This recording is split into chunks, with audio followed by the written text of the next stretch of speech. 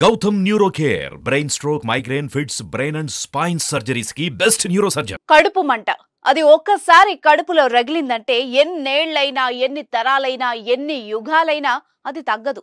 ఇది అబద్ధం కాదు, నిజం.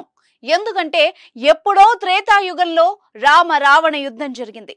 అయినా ఇప్పటికీ లంకేయులు హనుమంతుణ్ణి విలన్ గానే చూస్తున్నారు. ఎందుకంటే రామాయణంలో యుద్ధం రాముడు రావణుడి మధ్య జరిగినా మహాబలవంతుడు మాత్రం హనుమంతుడే.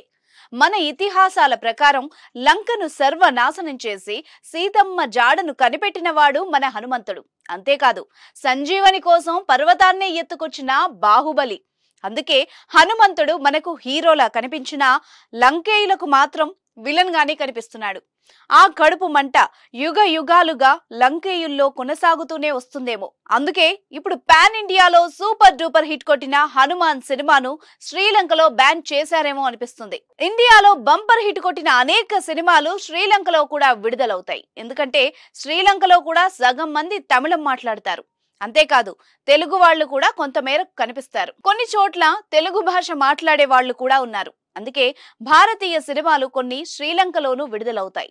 ఈ నేపథ్యంలో తేజ సజ్జ నటించిన హనుమాన్ మూవీని కూడా లంకలో విడుదల చేయడానికి సన్నాహాలు చేసినట్టు తెలిసింది. అయితే కథ హనుమంతుడిది కావడం, కథలో విభీషణుడు కూడా ఉండడంతో లంక సర్కార్ ఈ సినిమా విడుదలకు అంగీకరించలేదని తెలుస్తోంది. శ్రీలంకలో హనుమాన్ సినిమా విడుదలని నిలిపివేశారని ఓ ప్రఖ్యాత వార్తా సంస్థ రిపోర్ట్ చేసింది. ఎందుకు ఆపేశారు, ఎందుకు అడ్డుకున్నారన్న విషయాల్ని మాత్రం ఇంకా స్పష్టంగా చెప్పలేదు. తెలుగు రాష్ట్రాల్లో మాత్రం సంక్రాంతి సంబరం హనుమాన్ సినిమాతోనే మొదలైంది. తెలుగు సంక్రాంతి కోడిపుంజి ఎవరు అంటే తేజ సజ్జ అని చెబుతున్నారు సినిమా ప్రేక్షకులు. సినిమాను విడుదల చేసేందుకు పెద్దగా థియేటర్స్ దొరక్కపోయినా ఆ సినిమా కోసం ఎదురు చూస్తున్న ప్రేక్షకుల సంఖ్య మాత్రం భారీగా పెరుగుతోంది. పెద్ద స్టార్లు చేసిన సినిమాలతో పోలిస్తే హనుమాన్ సినిమాకే ఈసారి కలెక్షన్స్ భారీగా వచ్చే అవకాశం ఉందని చెప్తున్నారు. మన ఇతిహాసాల్లోని అంశాలను టచ్ చేస్తూ రూపొందించిన ఈ సినిమాను శ్రీలంక బ్యాన్ చేయడం అన్నది ఇప్పుడు నిజంగానే సెన్సేషనల్ న్యూస్ అవుతోంది.